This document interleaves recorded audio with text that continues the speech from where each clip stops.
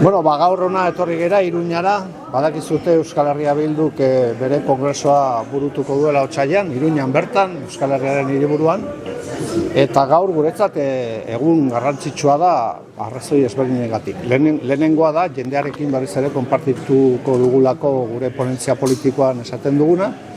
Bigarrenik gaur gure ustez albiste pozgarriak eduki ditugulako, zentzu batean eta horrela ikusten ditugu. Gure ustez gaur atzo egin zen akordioa nunbait guretzat akordio importante bada.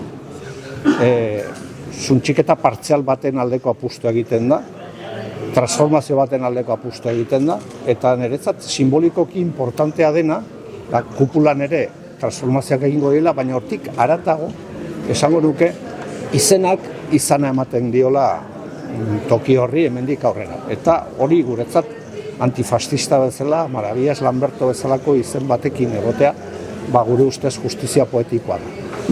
Batzuk agian kupula bat ikusiko dute transformatua, beste batzuk Maravillas Lamberto ikusiko dugu Iruñaren erdian gure hiriburuan.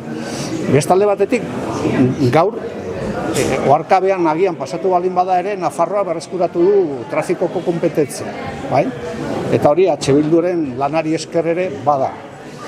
Eta honekin batera gaur ere, esan dezakegu, Santi eta Josuren heriotzaren urtemuga betetzen direla, eta Bilbon larun bat honetan manifestazio nazional bat burutuko dugula, eta kaleak, kasu honetan autonomia deitzen den kale hori antifascistez beteko dugula, berriz ere aldarrikatzeko Euskal Herria antifascista dela eta Euskal Herria abertzalea, burujabea eta ezkerrekoa nahi dugula. Eta horregatik, besteak beste gaur gauza guzti horietaz hitz egingo dugu, mintzatuko dugu herriarekin beti egiten dugun bezala.